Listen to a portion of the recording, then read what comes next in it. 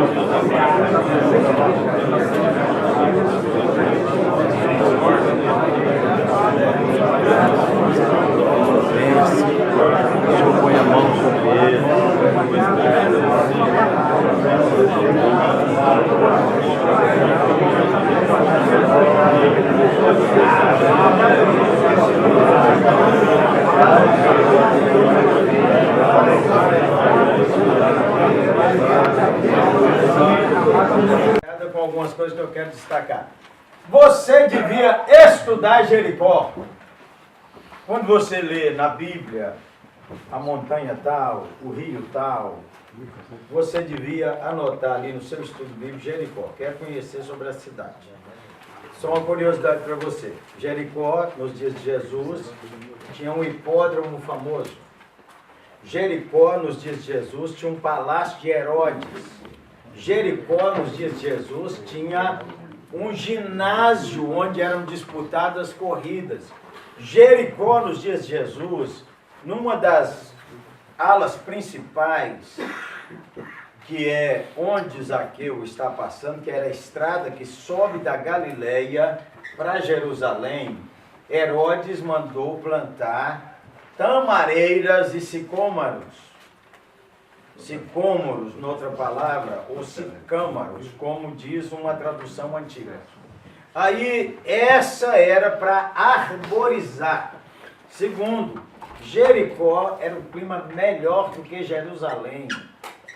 Jericó, quem tinha dinheiro em Jerusalém, morava em Jericó. Por isso, muitos sacerdotes que pertenciam aos saduceus, classe alta daquele tempo, morava em Jericó e trabalhava em Jerusalém. Quando Jesus entrou em Jericó, estava passando pela cidade. Você que está lembrando, é a última semana de Jesus. Jesus não volta mais em Jericó. Essa é a última semana. Jesus está em Jericó, 2 encontros.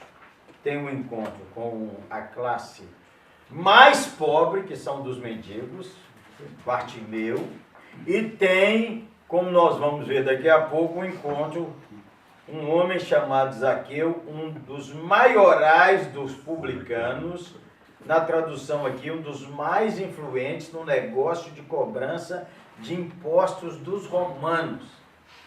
Quando você escuta a palavra publicano, coisa boa ou coisa ruim? Ruim. Então, aí veja o seguinte, você pode receber um apelido ruim por causa de sua função profissional. Esse é o problema dos publicanos. O que acontece com os publicanos? Cobrador de impostos romanos. Então, maioral dos publicanos. Aqui nós temos uma frase que envolve política e economia.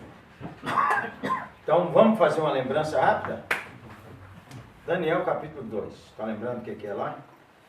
A estátua de Nabucodonosor. Lembra da conversa? Nabucodonosor sonhou, mandou chamar os sábios e disse, eu quero que vocês me contem o sonho e a interpretação. Os sábios, Nabucodonosor disse, o senhor pirou ele. Não dá, ué. Conte o sonho que nós vamos interpretar. O rei disse, vocês querem me enganar. Ele disse, esse negócio é só Deus que sabe. E Deus não mora com os homens. Dentre todos os sábios, não esqueça que a Babilônia tinha 127 províncias. Dessas províncias, o Daniel era um dos que lideravam uma dessas províncias. Depois, quando você escuta o livro de Daniel, Daniel vem para o nível 2, que é direto com a economia, a política e a diplomacia da Babilônia. E depois ele vem, você vai seguir a estátua do Daniel 2. Chegou lá o homem para matar os sábios, entre os quais o Daniel pediu um tempo para orar. Disse, vamos orar. E os irmãos conhecem a história. Daniel chegou lá e disse, o senhor sonhou com uma grande estátua. Cabeça de ouro, braços de prata, barriga de bronze, pés de ferro, pernas de ferro, pés de ferro e prata. E aí uma pedra foi cortada, bateu no pé da estátua, desarmou tudo e acabou com tudo. Daniel capítulo 2, depois você lê com detalhe e atenção. Daniel diz, Deus, é o seguinte, Deus está falando sobre a política do mundo. Deus está falando sobre o que acontece na política e na economia do mundo. A cabeça de ouro é a Babilônia. Ninguém foi tão poderoso como Nabucodonosor, Nebuzaradã, toda essa turma está lá no livro de Jeremias, Isaías, Ezequiel, quando você lê, você acha eles lá. Ninguém foi igual ao Senhor, mas o seu reino vai passar, rei, e vai surgir outro, mais fraco. Daniel não falou, mas nós sabemos, os medos e os persas. Você lembra daquele rei pagão, violentíssimo, corruptíssimo, que a Bíblia tem a coragem de chamar ele meu pastor. Foi quem assinou a restauração pós-exílica. Está no livro de Reis, está no livro de Isaías, de Jeremias, está no livro de Daniel. Depois, rei, vem um reino menor ainda, que é a barriga de ouro, de bronze. Daniel não falou, mas nós sabemos. Medos e persas. Desculpe, o Império Grego, Alexandre. Alexandre resolveu expandir o Império Grego e onde Alexandre passava, Alexandre levava 3 coisas. A língua, uma biblioteca e o panteão de deuses da Grécia. Tudo bom demais, porque Deus vai trabalhar nisso tudo. Primeiro, que o grego vai ser o grego koiné, que a Bíblia, o Novo Testamento foi escrito. Segundo, a mentalidade grega foi espalhada em Israel inteiro. Você que já foi em Israel ou irá, você vai encontrar uma frase no Novo Testamento chamada Decápolis. Está lembrado? Decápolis, que o Senhor Jesus atravessou o mar da Galileia para libertar um homem que comia defunto, que ninguém dava nada.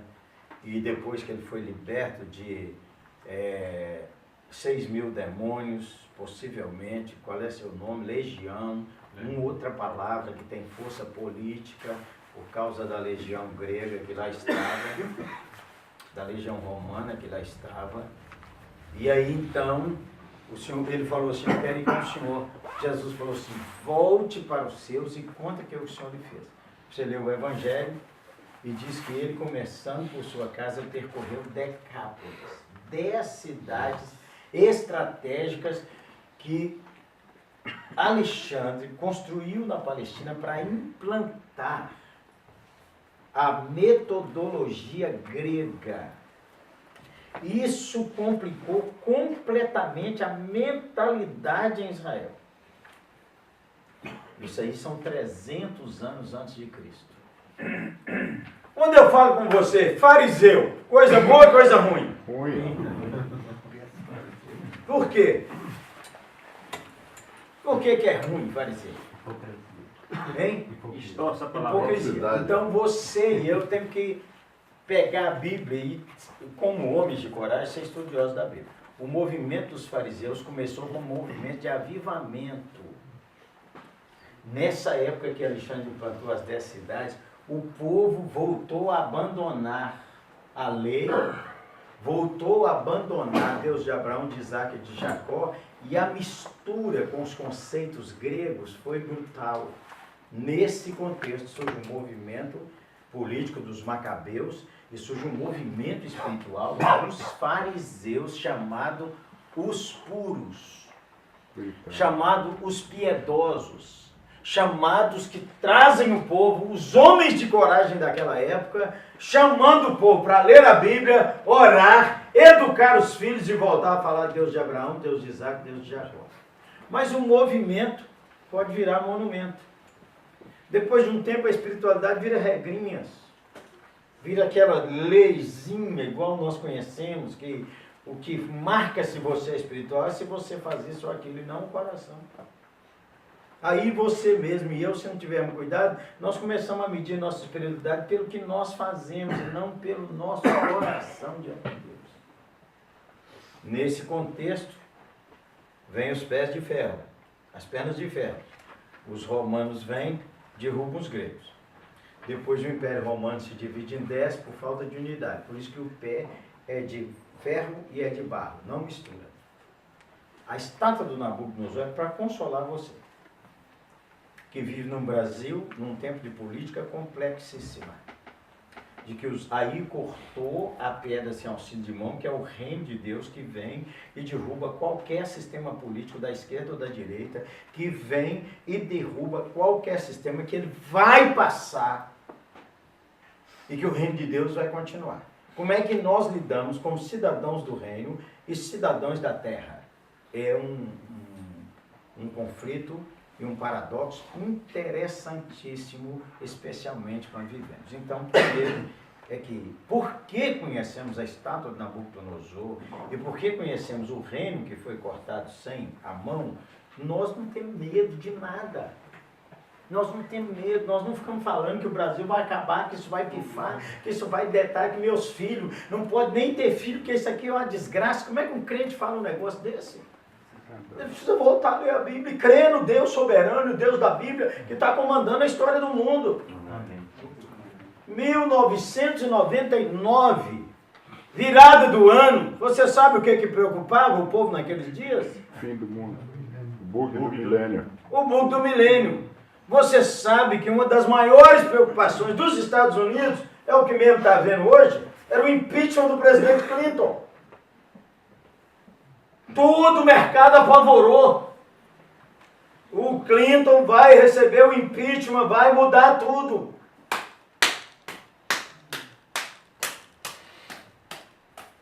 Só perdemos energia demais naquele tempo conversando fiado. Verdade. Então acalma, homem de coragem. O Senhor está no trono, o Senhor está controlando a história, o Senhor está controlando a política, a economia. E nós temos que aprender a lidar com isso. Quando nós começamos a falar um pouquinho sobre a janela que você vive. Você tem uma janela de vida. Nessa janela você tem que viver para a glória de Deus. É o principal do nosso coração. Bem, aqui então nós estamos nesse período, o que que acontece? Passaram os gregos e vieram os romanos. Os romanos dominaram o mundo de então. Toda política gera impostos. Todo. Você não precisa falar, imposto demais no Brasil. Vai lá para Burundi. Nós somos emocionais demais, brasileiros. Fala sério. Há 10 anos atrás, o Brasil era a donzela do mundo. Cobiçada por todos, o BRIC, todo mundo veio ao Brasil. E nós falávamos Brasil, Brasil, Brasil, Brasil, Brasil, Brasil. Hoje nós ficamos falando que o Brasil já era, acabou. Emocional demais. Nós perdemos de vista que o Brasil é a 8ª economia do mundo, a 8ª em mais de 200 países. O Brasil tem água para sustentabilidade que pode sustentar as Américas todas.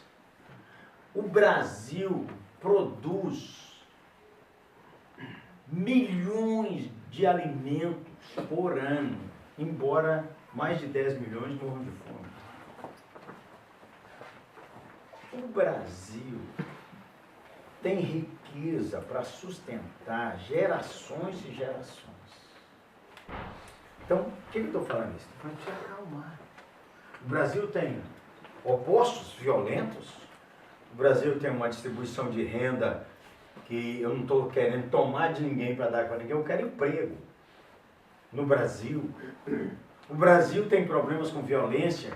Tem. O Brasil tem problemas com presídio. Tem. O Brasil tem problema com drogas. Tem. Mas o Brasil é a 10ª economia do mundo. Todo brasileiro é querido em qualquer lugar. Eu estava lendo um relatório da ONU sobre os países mais felizes do mundo quando você considera renda per capita, segurança, corrupção da liderança, liberdade para ir e vir, liberdade para dar opinião e quando você considera a generosidade do povo. De 156 nações do mundo, o Brasil é 28º país mais feliz do mundo. Relatório da ONU. Aí nós vivemos aqui, nós falamos assim, mas se for mais feliz do mundo, eu vou te contar o caso. Do ponto de vista disso. Porque o primeiro, que é o mais feliz do mundo, é a Finlândia. A Finlândia é pós-cristã, é ateia praticamente, então nós temos outra perspectiva de como olhar isso. Nós estamos contando tudo isso para nós posicionarmos que a nossa vida, ela vive num ambiente cultural, ela vive num ambiente espiritual e ela vive num ambiente político e econômico. Como é que Zaqueu entra nesse lugar? Aí Roma resolve administrar politicamente os países que ele conquistou. Então resolveu governar a Palestina com Herodes. Herodes morreu e ele então dividiu a Palestina com os seus filhos. Lá em Lucas, quando você lê, Arquelau governava ali, Beltrano governava acolá, papapá. Só você ler lá com esse cuidado que você tem como estudioso da Bíblia. Tem que ter dinheiro para sustentar o império. Tem que ter dinheiro para fazer eleição democrática. Não tem jeito. Então, você e eu podemos colocar a barba de molho e orar e pedir a Deus sabedoria, porque os mesmos vão voltar para o Congresso e para o Senado, porque esse ano vai ganhar quem tem grana. A segunda coisa é a nova política, é a velha política. A outra coisa, gente, você fica tenso, fala sério. Eu estive lá em Brasília Visitei lá um homem que está no segundo mandato de deputado federal. Eu disse, pastor, quando eu cheguei aqui, eu não sabia nem achar a sala. Já entendeu o que eu estou falando? As linhas de poder, quem é pastor de igreja aqui? Alguém é pastor de igreja aqui? Você sabe que as linhas de poder na sua igreja, as linhas de poder não declaradas, elas estão lá. E você tem que ter um cuidado grande, mesmo você estando lá há muito tempo, porque de vez em quando você bate naquela cerca elétrica.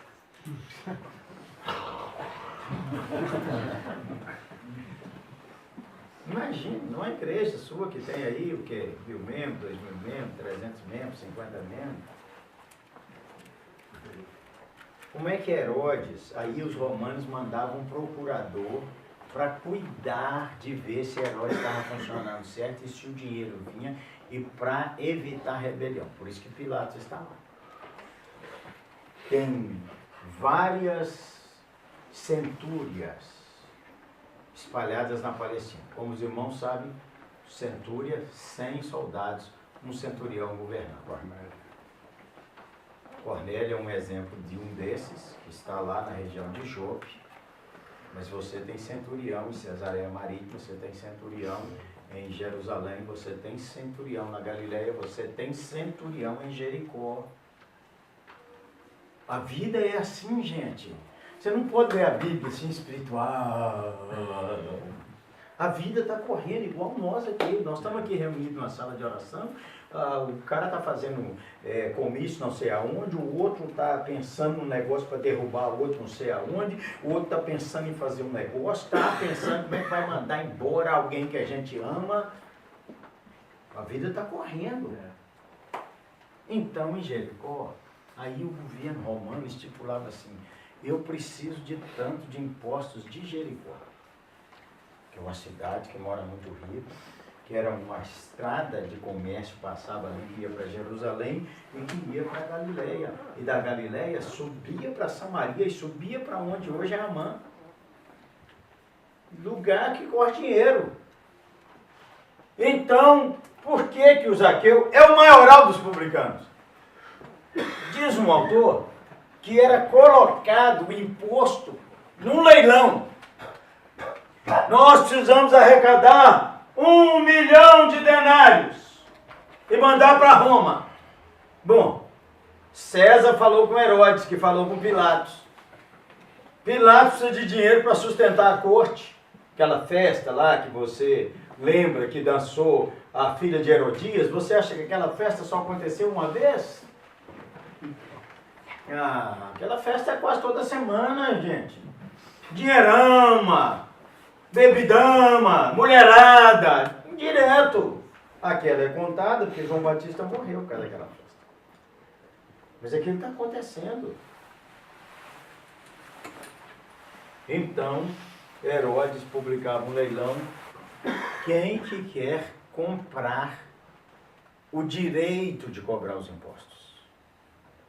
Por isso que ele é o maioral dos publicanos. Ele comprou o direito de dar o que Herodes pediu. O Império Romano pediu a Herodes 1 milhão de denários. Herodes pôs 50% em cima, para ficar com 50% para ele, 1 milhão e 500, e falou com Zaqueu. Todo ano você entrega aqui, exemplo, 1 milhão e 500 denários para a gente resolver César. Arrecadar 3, 4, 5, 6... É você que coordena. Zaqueu inteligentíssimo, só é baixinho. E aí nós achamos que Zaqueu é um bocó por causa daquelas músicas da escola dominical. Zaqueu pequeno, ainda era preconceituosa, quase um anão, desejava ver Jesus. Eu aprendi na escola bíblica assim, aí é quase um anão, que é... Entendeu? Aí tem a música mais nova, mais moderna aí do irmão, que alguns criam um maior caso com essa música, porque acham que não tem teologia. Acho isso uma bobagem. Como Zaqueu, quero subir o mais alto que eu puder. Mas nós temos que pegar Zaqueu, igual a narrativa bíblica diz. Ele é um homem importantíssimo, né, cara? E a Bíblia diz aqui, hein? Vamos lá agora? Rapidinho, só para. Estou só contando o texto, não estou pregando nada. Ó. Hein? Se o quê? O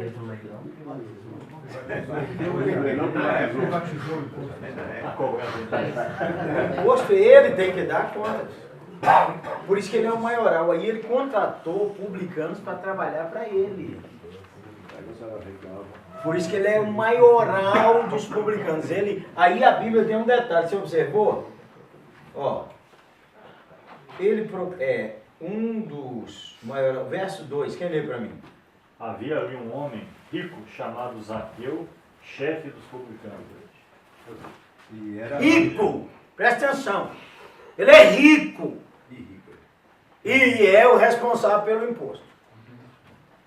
Então, você tem que pensar que ele, quando fala o conceito de rico, você muda a cabeça assim, porque se fosse hoje, o carro é um, a roupa é outra, a casa é outra, a comida é outra e os hábitos são outros. Então, é uma característica que a Bíblia destacou, interessante. E a Bíblia não condena que o cara tenha riqueza.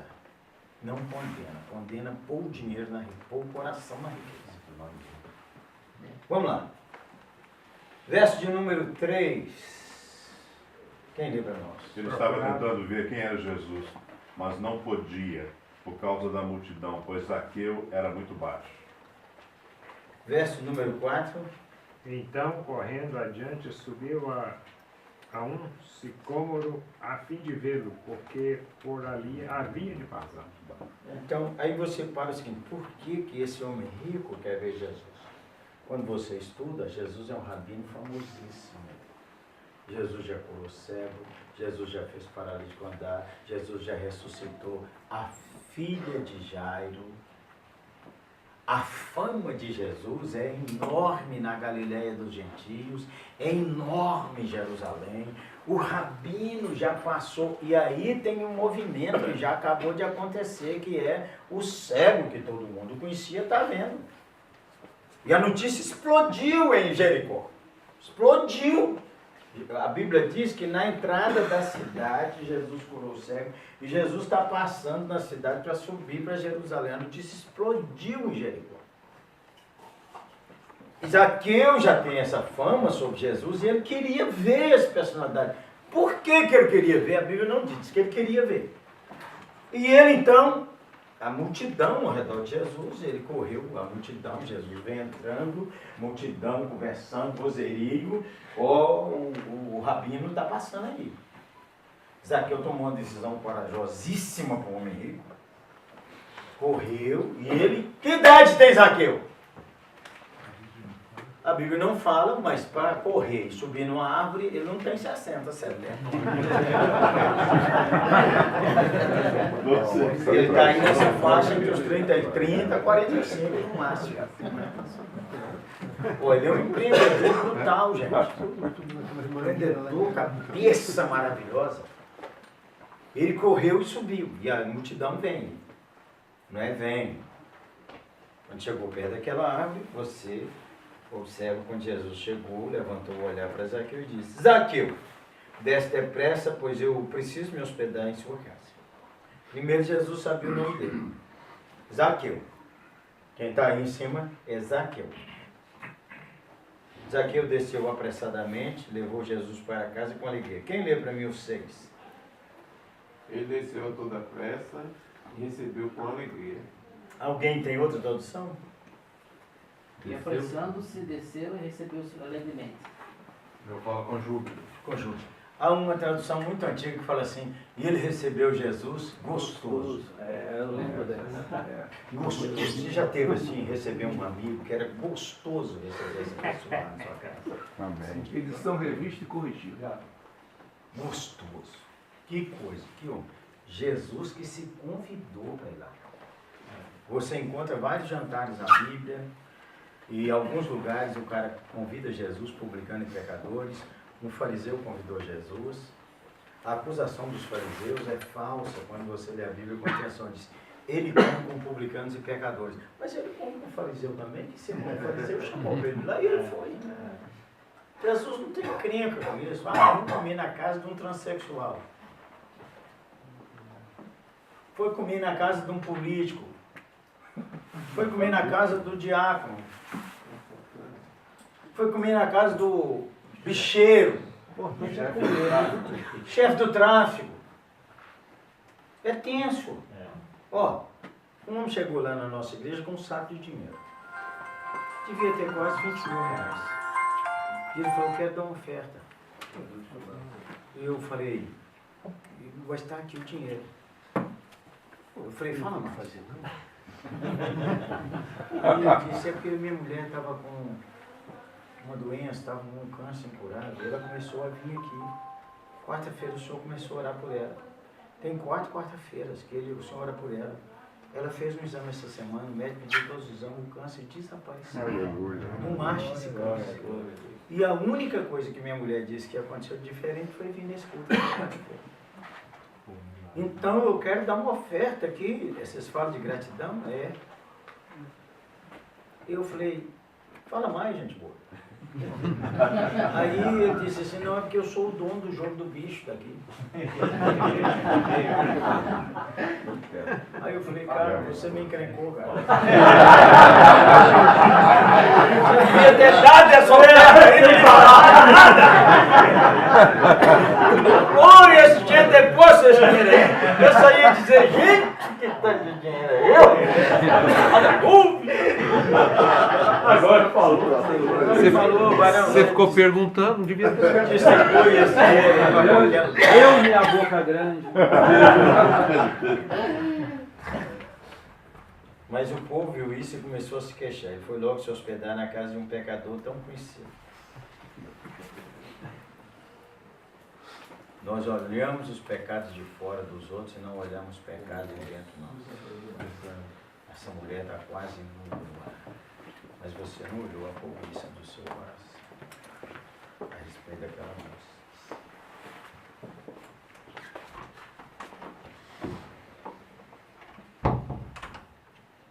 Essa igreja mal barulheira, essa igreja virou uma bagunça.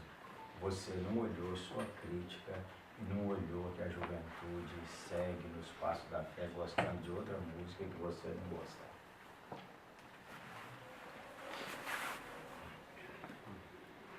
É você e eu, claro. Mas Zaqueu levantou-se diante do Senhor e disse, Senhor, de agora em diante eu daria metade da minha riqueza aos pobres, e se eu cobrei demais os impostos de alguém, devolverei 4 vezes mais. Jesus disse, hoje chegou a salvação nessa casa. Esse homem também é um filho de Abraão. Outra frase que você devia estudar no Novo Testamento. Filho de Abraão. Deus Jesus chamar Zaqueu de filho de Abraão. Você, naquele tempo, filho de Abraão, é o cara que verdadeiramente é de Deus. Esse é de Deus. É muito interessante que a gente não sabe quem entrou para pousar junto com Jesus. Porque pousar aqui, Jesus foi para um jantar na casa de Zaqueu. Pois o Filho do Homem veio buscar e salvar o que havia perdido. Esse é um texto muito emocionante. Porque aqui você tem 2 reconciliações. Você tem uma reconciliação que nós podemos chamar espiritual, que é quando a pessoa se volta para Deus, e você tem uma reconciliação financeira, que é quando o seu dinheiro vai para servir a Deus. Muitos homens já tiveram uma reconciliação espiritual, mas não tiveram uma reconciliação financeira. Essa é uma das grandes questões, porque a obra missionária avança devagar e porque igrejas começam a construir e ficam 20 anos com a construção e não termina, porque o ministério não floresce, porque não houve uma reconciliação financeira. Então, uma reconciliação espiritual, só 1 ou 2 pontos aqui, porque tirei 10. Primeiro é que o Evangelho é para todas as pessoas. Não há pecadores que não são alcançados pela graça de Deus. Falei ontem que o movimento do Espírito entre os transexuais é uma coisa nova no Brasil. A pressão do diabo para o homossexualismo em cima da juventude e das crianças é brutal. a ideologia do gênero que nós temos que combater fortemente como homens de coragem e votar mesmo em quem condena isso, mas ao mesmo tempo a oração para Deus transformar tem que ser intensa. Nós temos mais de 50 casos na igreja que nós estamos tratando com gente que decidiu que era homossexual. E aí vem a atenção para nós. É que o cara que teve vida homossexual, quando ele cai nesse pecado. Ele cai igual o adúltero, o cara viciado em sexo. Homo, ele cai adúltero. Então é tenso. Porque como todo mundo tem suas compulsões aqui, e tem seus pecados secretos e preferidos, quando nós caímos naqueles pecados. E para não cair naqueles pecados, nós temos que vigiar todo dia, terminar o dia dizendo, Senhor, obrigado que hoje eu fiquei em pé. Senhor, começando o dia hoje, amém. Eu estou entregando minha vida para mim ficar em pé hoje, Senhor. Amém. E aí nós encerramos o dia agradecendo que hoje nós ficamos em pé naquela área que nós gostamos de pecar. E todos nós gostamos de pecar em certas áreas. Então, por isso que nós não podemos jogar pedra em ninguém, sabia, né? Nós temos que ajudar uns aos outros. Segunda coisa aqui é que o Zaqueu disse assim, eu vou dar metade da minha riqueza. Ainda fica rico! Aí, durante muito tempo, eu pensei que Zaqueu, porque quando o cara converte, aí o cara fica na miséria. Porque pegou o dinheiro dele, deu metade, gente boa. Ele tem 40, 30, 3, 5, 8, 10 fazendas. Ele deu 5, ainda tem 5. Ele tinha 50 camelos, deu 25. Quantas cabeças de gado o Zaqueu tinha de ovelha? Sei lá, ele é muito bom empreendedor. Muito bom, muito bom. E ele disse, se eu defraudei os pobres, muita gente diz assim, ele era ladrão. Os irmãos já ouviram isso várias vezes, que os publicanos aumentavam o imposto para ficar com ele. E era isso mesmo, muitas vezes. Zaqueu nunca tinha sido confrontado com isso. Agora ele disse assim, Senhor, eu vou rever minha vida. Como é que é seu nome? João. Hein? João. João tem uma companhia que vende peixe aqui em Jericó e eu cobro o imposto do João. Eu vou olhar se o imposto que eu cobrei do João, eu preciso devolver, porque eu cobrei demais do João, que eu estava livre para cobrar. E o João não tem onde reclamar.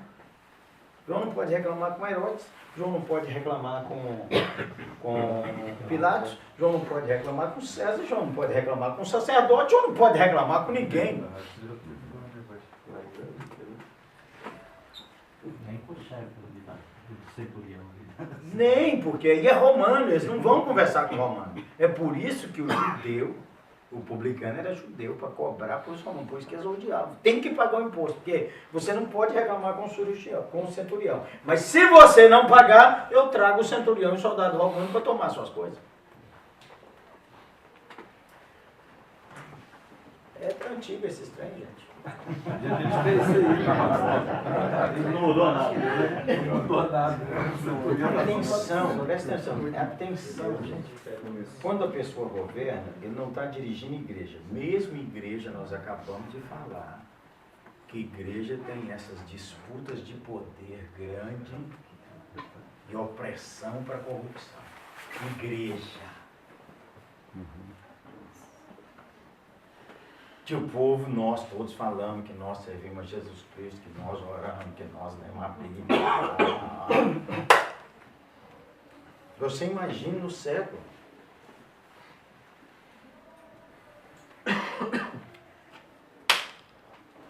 O Bartimeu disse, eu vou, Senhor, se eu encontrar alguém que roubei dele, eu vou devolver 4 vezes mais. A lei mandava devolver 2. Ele foi além da... Aí Jesus disse, eu não sei que conversa é essa nesse jantar, cara, eu queria saber. Porque é jantar, gente, isso aqui não é culto.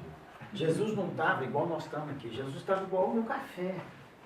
Entendeu? Nós estamos tomando café juntos, contando casa, conversando, dando risada, ali, pergunta aqui, fala daqui, fala dali, leva lá, não é? Bom apetite, come aqui. Possivelmente, se é o jantar, toma vinho bom, come carne, tem tâmara na mesa, romã, figo, tem pão. E a mulher de Zaqueu descomplicada, cara, porque Zaqueu não falou que ia levar ninguém para jantar. Não é coitado, é casa de rico, tem comida pra caramba, gente boa. Tem comida, tem fartura. Não esquece disso. Não é igual, por exemplo, a maioria das casas nossas, que se a gente chegar com 4 ou 5 lá, a mulher da gente doida. Entendeu? Mas algumas casas dos irmãos aqui não tem problema disso, porque Zaqueu tem escravo, tem serviçais. Tem a mulher de Zaqueu, chegou, disse, chegou uma turma aí, a mulher dele disse, meia hora. 1 hora. Quando vocês conversam aí, tomam um vinho, o que é que tem aí? Tem umas frutas, tem isso aqui para comer, porque o judeu não come carne de porco, você sabe disso, mas tem mais coisa para comer dentro de casa. Isso aqui não tem tudo aqui, né? Nós não sabemos, porque tinha muita gente que entrou. Porque Zaqueu convidou os discípulos, Jesus só andava com os discípulos. Jesus convidou também outros amigos deles, publicanos, para entrar. É conversa com gente famosa, gente. Entrou gente aqui, aí o povo criticou, porque nós não sabemos se eles entraram, se eles não entraram. Você entendeu? Mas que tem mais gente comendo, tem mais gente comendo. Segundo, descomplicada, a mulher de Zaqueu resolve. É bom ter uma mulher que resolve. Meus meninos eram adolescentes, agora são casados. Ligou para a Cláudia, minha mulher, e disse, Claudinha, porque ela é a mãe do coração, não é? Claudinha, nós podemos levar uns amigos para comer aí, fazer um lanche? Pode. Chegou 40 adolescentes. Aí ela disse, olha, enquanto vocês vão conversando aí, eu vou no supermercado comprar para fazer um cachorro quente. Descomplicado.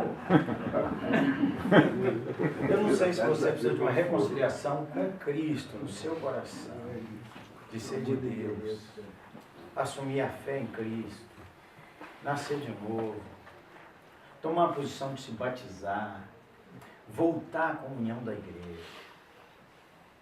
Ou se você precisa reconciliar com Deus quanto a seu dinheiro, que você, no mínimo, você começa sendo dizimista. Amém. No mínimo, sabendo que tudo vem de Deus. Sua fonte é o Senhor. Tem muitos homens que chegaram no teto do dízimo e acham que chegou ao máximo. No Novo Testamento, tudo é do Senhor. Você tem que ter seu dinheiro, meu dinheiro. Deus é gosto de falar com Deus. O Senhor quer o que com isso aqui? Isso aqui é para promover a glória do Senhor no mundo. Porque minha janela de vida vai fechar. Aí pais crentes ficam guardando dinheiro para dar coisas para os seus filhos que se tornam ímpios. E quando eles morrem, tudo que eles geraram de riqueza, eles vão para ajudar o império das trevas e não ajuda a florescer o reino de Deus. Você tem que acordar e perceber para isso também.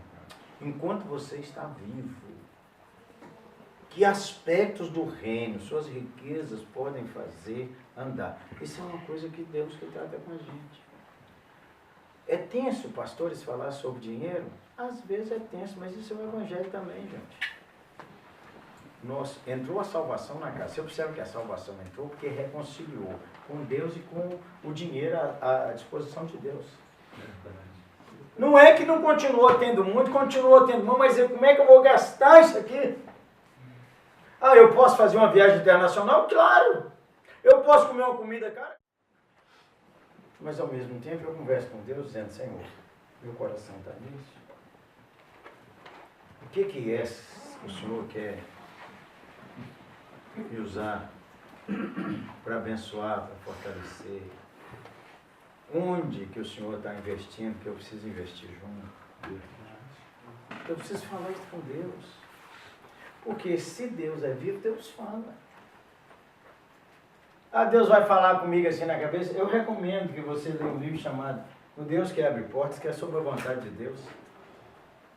Como é que a gente discerne o que Deus está orientando, o que Deus está falando? Esse livro não sei se tem na banca central, mas eu sei que ele tem lá perto das camisetas. Não é? Deus que abre portas. E aqui tem uma frase que me transformou nesse livro. Eu preguei uma série de mensagens sobre isso esse ano, que eu li esse livro ano passado. Ele revolucionou nossa igreja. Uma frase dele diz: não há portas fechadas. Toda pessoa que você conhece é uma porta aberta. Isso mudou minha cabeça.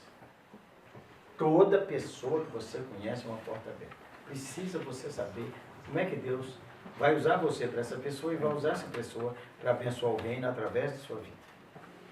Um cartão que a pessoa te dá, um número de telefone que ele te dá. Uma vez eu li essa frase que você deve conhecer: qualquer um de nós está distante 5 pessoas de qualquer pessoa do mundo. Você conhece alguém, que conhece alguém, que conhece alguém, que conhece alguém, que conhece Putin. Se você quiser ir por esse lado. Que conhece Trump. Que conhece a premier da Alemanha. Que conhece o presidente Temer. É só preciso saber se todo mundo quer te levar lá. Um homem chegou para mim e disse assim: pastor, o senhor quer ir tomar um café com Obama? Aí eu dei risada lá no meu coração. Se fosse com o Trump, isso aí. Aí eu falei: não, obrigado. Não falei nada, foi lá dentro do coração. Sabe o que eu estou falando? Quando você julga os outros e peca contra ele. Passados uns 3 meses, eu disse: se o senhor podia orar por mim? Oro. Eu estou indo para os Estados Unidos. Ah, pois não. Depois da manhã eu vou participar de um café. Aquele café eu queria levar o senhor para bater palma.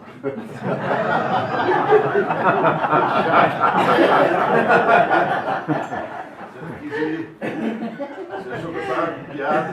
Não, eu não falei nada. Os seus pecados que são do coração. Por isso é que você e eu não podemos achar que nós somos melhores do que ninguém. Aquele homem não sabe disso até hoje. Não tem ideia de que aquilo passou no meu coração. Ou você conhece essa história? Simão chamou Jesus para jantar na casa dele. Chegou aquela moça bonita, soltou o cabelo dela na frente de todo mundo.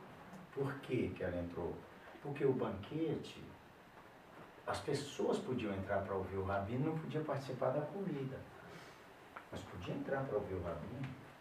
Simão convidou o rabino para falar na casa dele. Ela soltou, derramou, começou a chorar. Você sabe que nenhuma lágrima, ninguém chora um copo d'água. Ninguém chora nem um cafezinho de lágrima. A lágrima fez lama no pé de Jesus. Como Simão não lavou os pés de Jesus e Jesus tinha andado, se você olhar em um pé de Jesus, uma ponta do pé está mais clara, a outra está mais marrom. Quando ela chorou, virou lama. Ela soltou o cabelo dela e secou a lama. Beijou os pés de Jesus, derramou o perfume. Simão comendo com Jesus. É o jantar. Comia com a mão.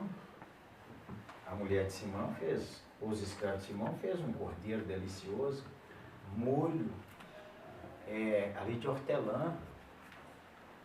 Cortou, olhou no molho, pegou o vinho. Saúde, Jesus, saúde, Simão. A moça está ali, chorando aos pés de Jesus, derramando perfume.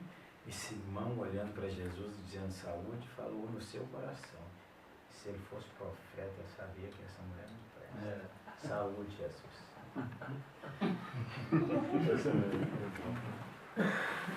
Lucas 7. Deus vê o coração. Quando Jesus falou que esse é filho de Abraão, Deus viu que aquilo não é conversa fiada. Nasceu de Deus. Reconciliou sua vida com Deus, reconciliou seu dinheiro com Deus. Homens de coragem para o senhor tomar essas decisões. Tá? Bom, até eu ultrapassei o horário. Mas vamos dar uma martelada, uma pergunta de alguém. Um comentário, uma oração, a gente embora. A senhora queria fazer uma pergunta sobre o ministério que o senhor mencionou em relação à homossexualidade na sua igreja. acredito, porque passo lá também essas questões, né?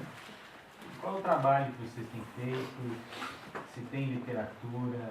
Que tipo de ministério existe? Enfim. Agora, nós não temos um ministério específico. Os nossos pastores tratam um aconselhamento.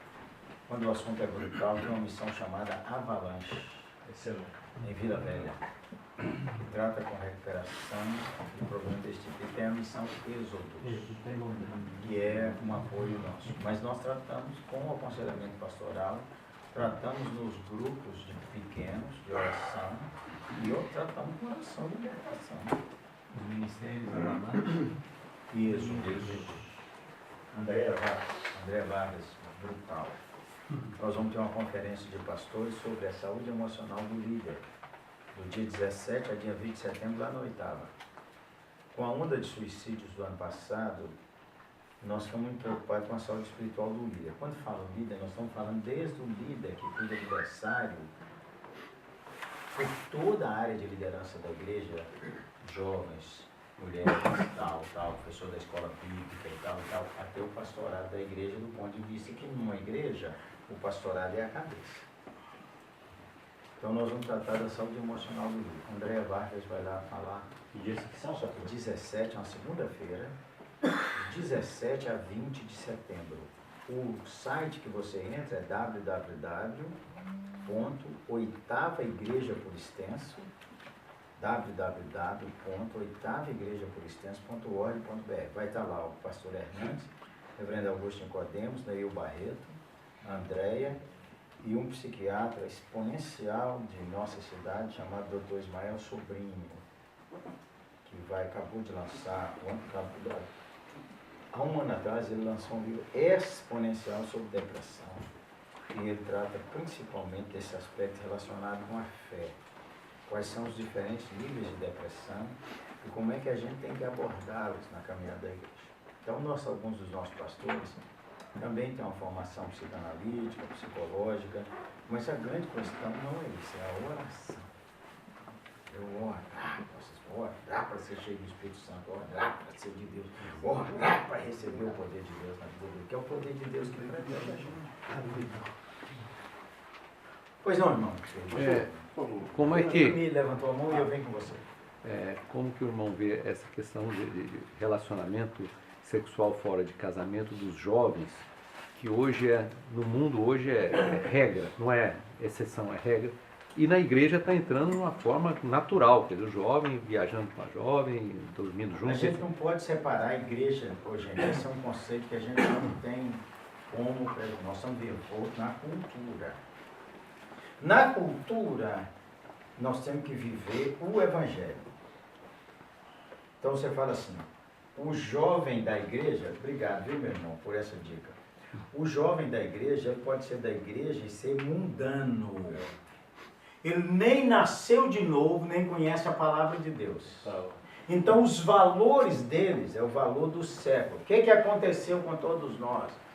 É que o filho nosso, criado na escola dominical, não teve experiência da fé, nem aprofundou a fé. Quando ele entra na universidade, ele desconstrói aquele verniz que ele recebeu. Todo mundo aqui, se não leu, devia ler um livro do C.S. Lewis antigo, o Cristianismo Puro e Simples. Cristianismo Puro e Simples, a C.S. Lewis era um ateu, professor da universidade, zombador. Você pode baixar ele em PDF, você pode comprar ele ali na Banca Central. Aqui Um tem livro muito escrito. pastor. Hein? Aqui tem. Tem. Esse livro foi escrito em 1940. Mas a ideia, a lógica, como é que a cabeça funciona para desconstruir o século é sensacional. Aí ele diz o seguinte, mas você tem que ter experiência de fé. Converter é como você estava dormindo e acordou. Você não explica esse processo. Estava dormindo até ainda agora estou acordando. Até ainda agora você não sabia quem era Cristo, Jesus, e agora você passa a enxergar que foi revelado. É uma coisa, eu achei a figura maravilhosa. Não tem esse livro aí, mas você podia, talvez, pesquisar um livro do Ultimato maravilhoso chamado A Questão, Deus em Questão. Uma análise entre Freud e C.S. Lewis. Os dois pensadores que têm influenciado o século passado e esse século. estão na universidade. Segunda coisa, há um movimento, veja você, há um movimento da mídia, da música e da moda antigo para desconstruir a mentalidade. A força mais forte que nós temos hoje para desconstruir a mentalidade cristã chama o comercial. Todo mundo gosta do comercial do posto de pirâmide. E todos nós repetimos. O comercial foi que vem dando a ideia de que o homo e o hétero é igual. Deixa eu fazer uma coisa aqui para você. Não tem um pincel, acho que não tem. Se tivesse um pincel, eu ia fazer um desenho aqui para você. Dá uma caneta.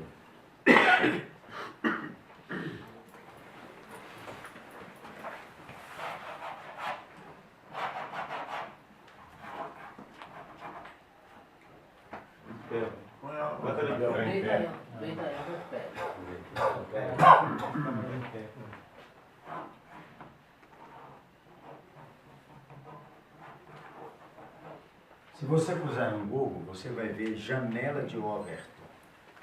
É um livro que você devia ler quem está interessado nessa questão da mudança da mentalidade. Aliás, aí você vê aqui, Janela de Overton, você tem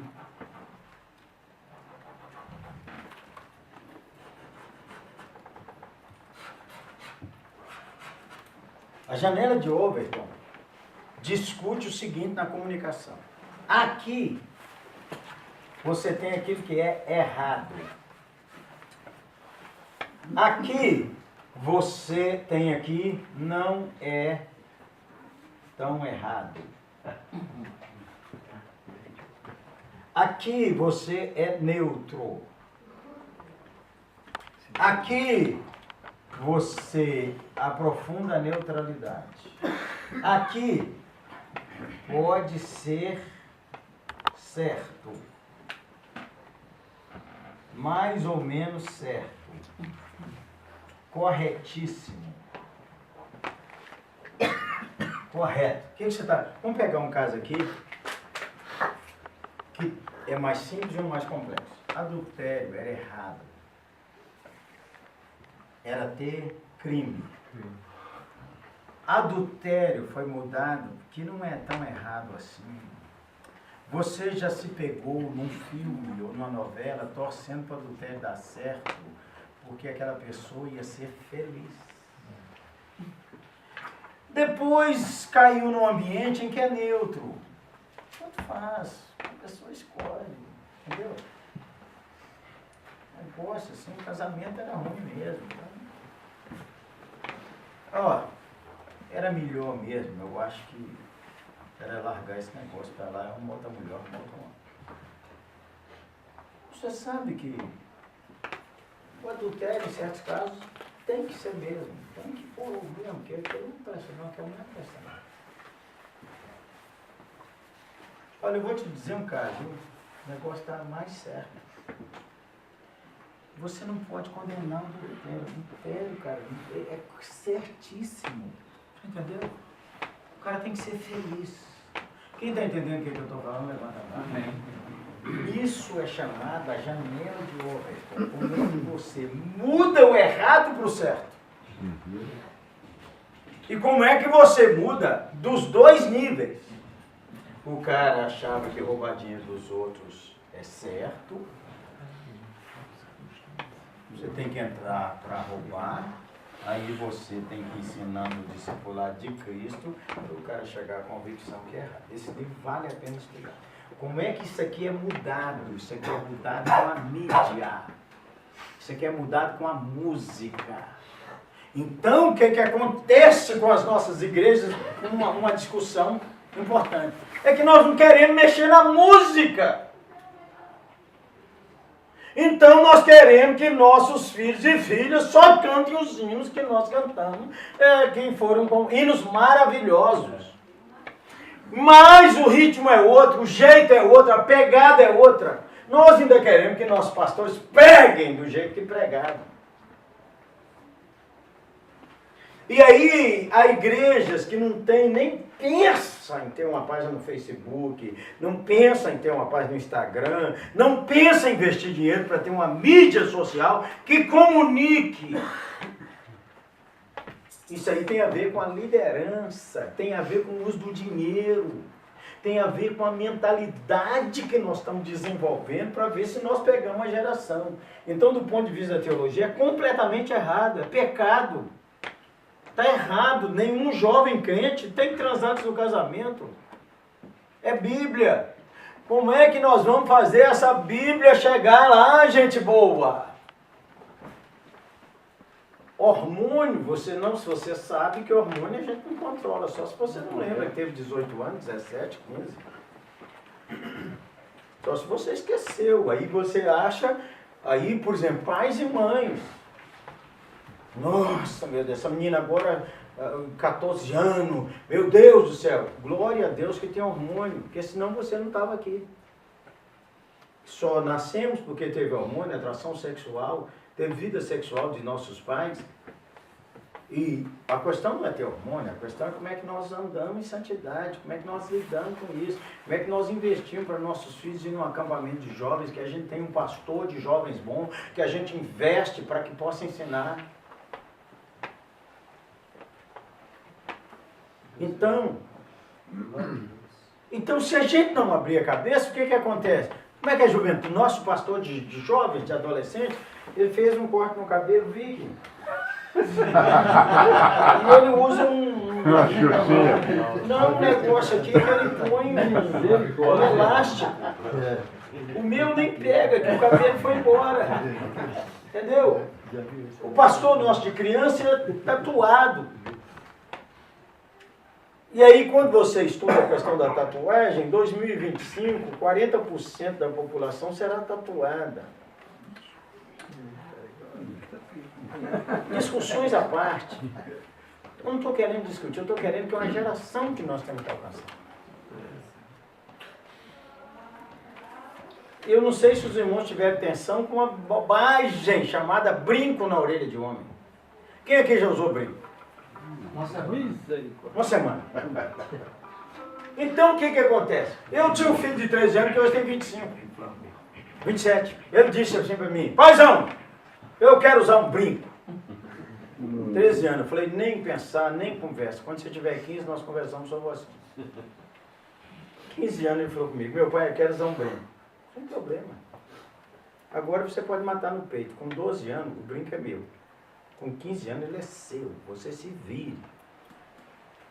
Ele disse: mas esse povo dessa igreja vai encher o saco do senhor. O filho do pastor usando brinco. Eu não tenho nada com esse povo, eu tenho com você que é meu filho. Nada. Eu não tenho que prestar conta, eu tenho que prestar contas a Deus de meu filho. É isso que eu vou fazer com você. Agora eu vou te ensinar. Por que você vai pôr o brinco? Então eu já perguntei: você é viado? Aí eu disse: que é isso, pai? Não, pai, é porque eles vão te perguntar isso. Naqueles dias só usava brinco o pessoal LGBT naquela ocasião. E era uma moda jovem. Quem aqui foi jovem nos anos 70 e usou cabelo grande, calça boca de sino, viu?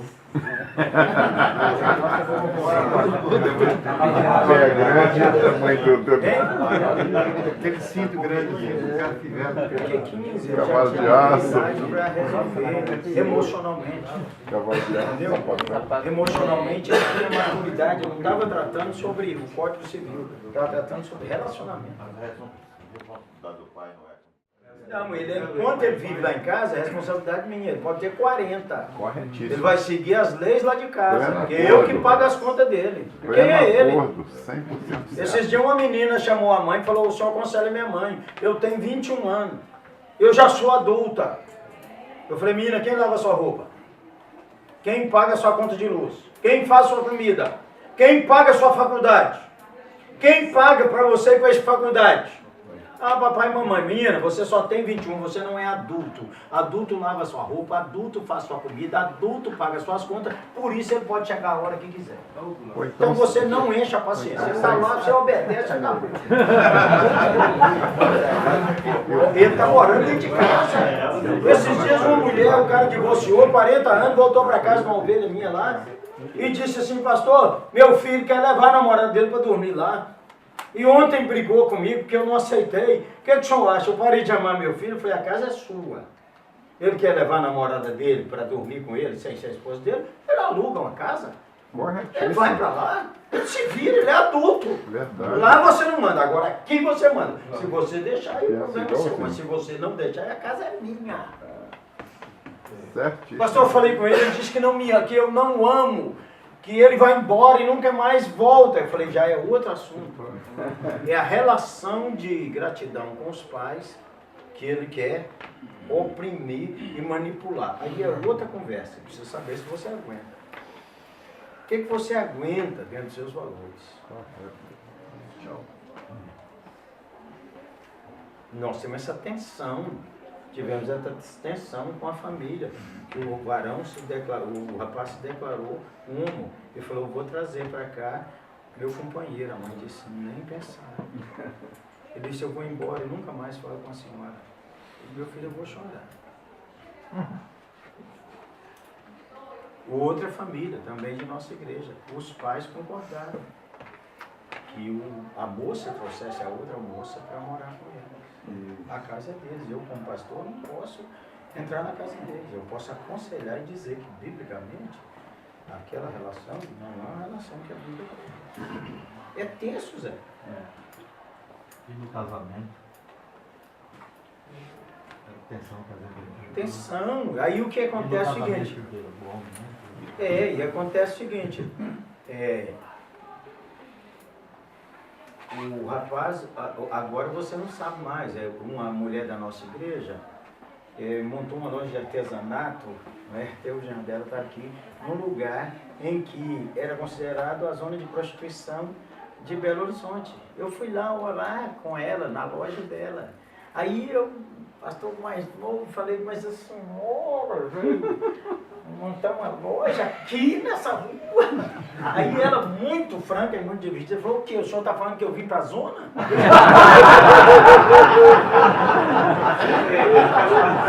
Aí ela disse assim, pastor, a zona está solta em Belo Horizonte inteira. Verdade.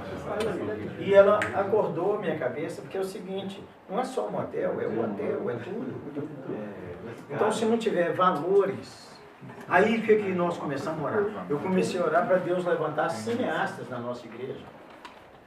Escrito, nós oramos para Deus levantar pastores e missionários de carteirinha, tem que continuar orando. Eu comecei a orar para Deus levantar escritor de roteiro. Eu comecei a orar para Deus levantar design de modas. Eu comecei a orar para Deus levantar cartunistas cristãos.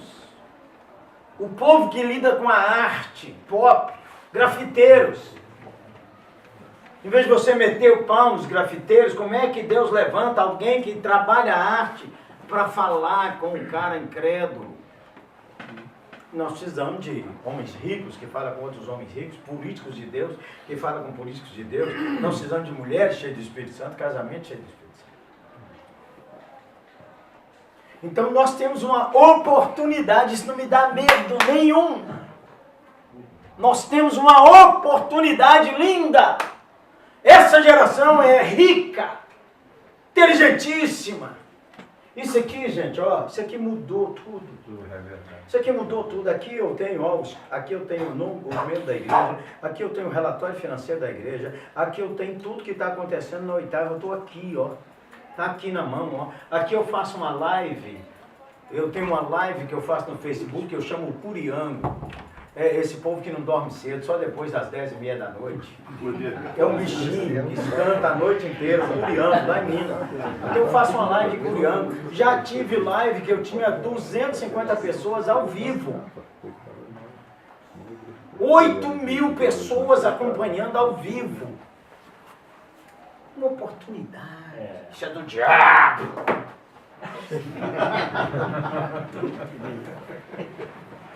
Do diabo é você for deitar com a sua mulher e você e ela estão no celular, em vez de você estar agarrando uma outra. Isso é do diabo.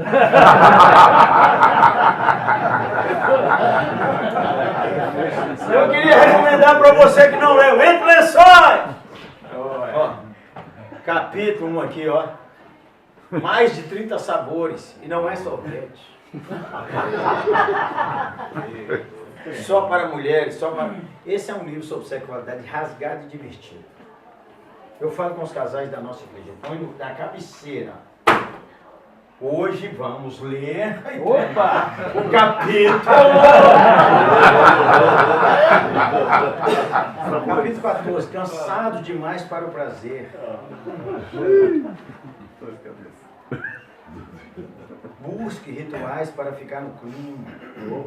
Preliminares comece pela manhã. Exercício físico para aumentar o libido. Problemas sexuais femininos. Questões psicológicas, questões conjugais. Remédios, doenças, dores. Quando o maridão não está interessado.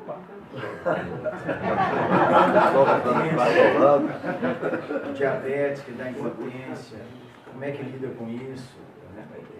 Sexo depois dos 50 anos. Sexo no inverno. O que muda para o homem? O que muda? Ô, gente boa, vocês abrem sua cabeça, porque Isaac não nasceu por obra do Espírito Santo. Abraão compareceu, aleluia. O beijo de 10 segundos, gente, é esse um livro muito divertido que eu falei com vocês ontem. Todo casal devia ler, porque é escrito por uma psicóloga não crente. Ela tem umas ideias aqui extravagantes, mas quem conhece a Bíblia vai lendo e dizendo, meu Deus, como é que isso aqui é uma aplicação do versículo tal? Deu, ó.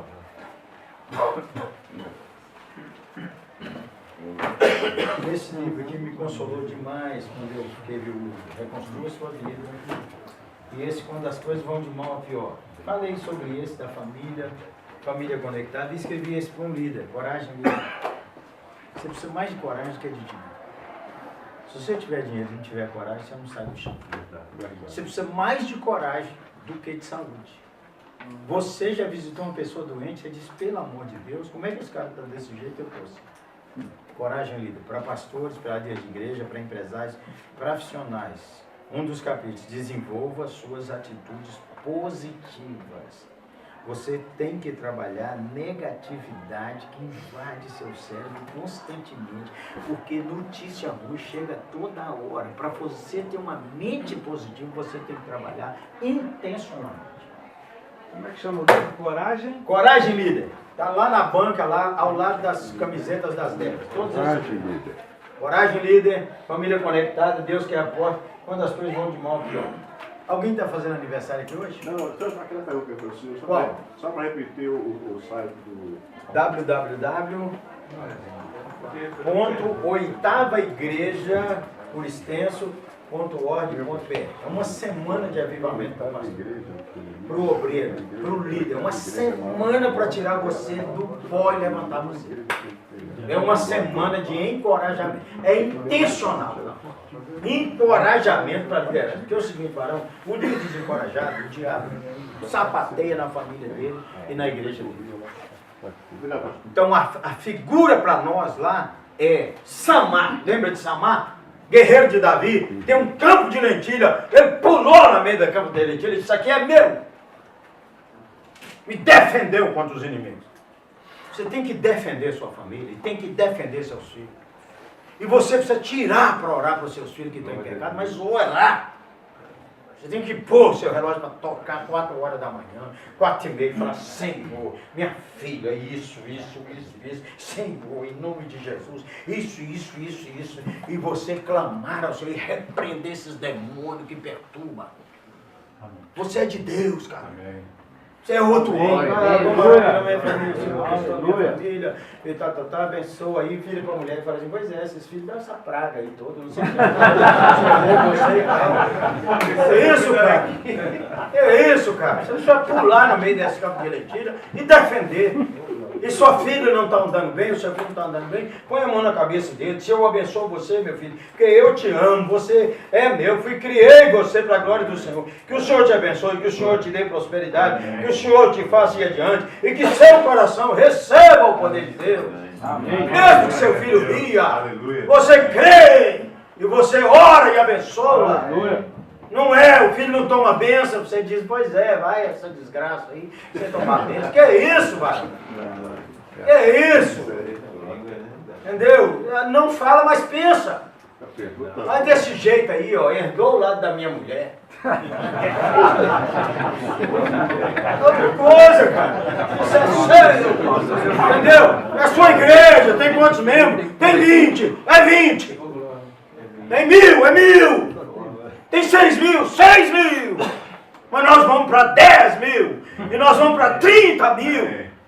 Porque nós também já fomos uma igreja de 80 membros. Eu estou 37 anos na mesma igreja. Glória a Deus. 37 anos. Todo ano eu começo lá como se eu cheguei hoje. Hoje eu tenho que ter história de fé para contar. Nós vamos orar e vamos repreender o diabo, e vamos pregar o evangelho, e vamos amar o povo. Esses dias um líder de igreja veio apresentar um seminarista para mim e falou, fala com ele, pastor, que ele desiste dessa negócio de igreja, que o povo dá trabalho demais, gente dá trabalho demais, o povo perturba. Eu falei, eu não tenho reclamação com a igreja de Deus. Eu não tenho reclamação. Já me ligaram 2 da manhã, já falaram mal de mim, já isso, já aquilo. Eu não tenho reclamação com a igreja de Deus. Quando o povo me liga 3 horas da manhã, é porque tem uma referência. Alguém que eles podem pensar e buscar. Eles não estão me enchendo o saco. Amém. Eu vou treinar gente, como eu já fiz na nossa igreja, que eu já levantei 3 horas da manhã para ajudar. Hoje eu não levanto mais. Eu tenho uma equipe de pastores, mas eu tenho 2.000 voluntários ou mais, que eles dizem, o senhor não vai, eu vou. Levanta a mulher, que amanhã tem que mandar filho para a escola, 2 horas da manhã, vai para a casa de um casal e volta para casa 4 horas da manhã, que aprendeu a reconciliar com Deus, reconciliar seus recursos para a glória de Deus. Amém. Você precisa defender isso lá, Zé. Defender. Não deixar de frouxidão. Você tem que pular no meio desse campo e dizer, isso aqui é meu. Esse diabo vai sair daqui, esse filho é meu, foi gerado com oração, é aqui, Deus. Nós vamos enviar recursos, vamos juntar um grupo de homens, nós somos de um pastor de jovens, vamos investir num pastor de jovens. Nós estamos gastando muito dinheiro com outras coisas, vamos investir, porque a nossa geração vem. Ó, gente, eu fui pastor de jovens. Hoje, só de pastorado de jovens, nós temos 4 pastores. 2 pastores para liderar casais e um que é casais jovens. Nós pulamos nessa enchente. Então você volta daqui diferente, cara. Você pula nesse campo de trigo seu. Diz a palavra de Deus, você estuda Samar e defender. Eu gosto dessa expressão. E defender, o inimigo não entra aqui não. E se ele entrar, nós vamos pôr ele para correr. E nós vamos juntar uns para orar. E nós vamos pedir a Deus o milagre da conversão dos nossos espíritos. Uma história última para a gente ir embora. O meu filho falou, eu quero estudar 1 ano fora do Brasil. E ele foi para Dublin. Eu fui lá visitar o meu caçula, 20 anos. Quando eu cheguei lá, eu quis levar ele para o hotel, ele falou assim, eu não vou para o hotel, eu moro aqui numa república. O senhor que é visitante, eu moro aqui. Já gostei. Se o senhor quiser pagar um café para mim, eu vou. Aí, uma noite nós saímos e ele me levou num pub famoso em Dublin. Pense num lugar de uma música legal. Você não sabia se as moças estavam peladas ou estavam vestidas. Uns velhão fumando maconha. E a música boa e o povo dançando. Aí ele pediu 3 cervejas grandes, que a gente ganha conta. Claudinha falou, eu não quero não. Eu falei, não pode pedir a minha. Aí eu bebi um pouco. Gostei muito daquilo, ele bebeu ela toda. Aí nós conversamos, nós rimos, falei, cara, isso aqui tá parecendo um culto, tirando a maconha. A igreja devia ser alegre assim. A igreja devia ter essa alegria, gostar de estar junto. Aí foi ele para a República e eu fui dormir. Outro dia nós andamos, tomamos café, conversando. Depois do almoço, nós estamos andando dentro de um programa, eu disse, pai, o senhor não vai falar nada? Falei, sobre... Pai, o senhor não vai falar nada sobre... Eu disse, pai, eu fiz um teste no senhor. Eu falei, meu pai vai me xingar todo, vai dizer que ele gastou o dinheiro dele à toa, que eu virei uma alcoólatra mundana. Pai, o senhor passou com 10, pai. O senhor me respeitou como gente, pai. Eu sei que o senhor não aprova nada daquilo, mas eu quero falar para o senhor que eu não sou filho, pastor, eu sou crente, pai. Eu gosto de tomar uma cerveja, mas eu não sou alcoólatra. E eu não vou ser crente em carteirinha, pai. Aqueles crentes que tem na nossa igreja, que por fora eles é uma coisa e por dentro é outra coisa. Eu conheço eles, pai. Pai, eu sou crente, pai. E quero te agradecer porque você me tratou como um homem, um crente. Eu falei, eu vou te contar. À noite eu fui orar e chorar diante do Senhor. E falar com o Senhor, Senhor, o que aconteceu com esse menino? Faz uma obra nele, Senhor. Estou investindo com tanto desde que, Senhor, esse meu menino está fora do Senhor. E aí você veio me dar um testemunho desse, cara. Ele disse, pai, eu estava perdido aqui em Deus. Eu estava vindo em pé, embora a pé, porque eu não tinha dinheiro para pagar nem metrô. E eu não queria incomodar o Senhor. Ficar pedindo dinheiro, tinha que me virar. Aí eu estava num lugar perdido. Aí um cara encostou e disse assim, eu falei com ele, boa noite, como é que eu faço para chegar em tal lugar? O cara falou comigo em português, você é brasileiro, seu sotaque é do Brasil. Eu moro aqui em Dublin há mais de 7 anos, esse é o lugar mais perigoso aqui. Mas Jesus me mandou aqui para te levar na sua casa, vamos embora. Aí pagou o táxi para ir com ele, e aí falou com ele, você é filho de crente, você é crente, você frequenta alguma igreja, você está sem nada aqui, deixa eu te falar, tem um almoço domingo na nossa igreja, eu quero que você vai lá. Falei, meu filho, nós estamos orando. Jesus, Amém. essa terra. Pode acontecer outras coisas, mas Jesus olha você e você está lá em pé, ou de joelho, isso aqui é meu. Orar, irmãos. Dá graças a Deus.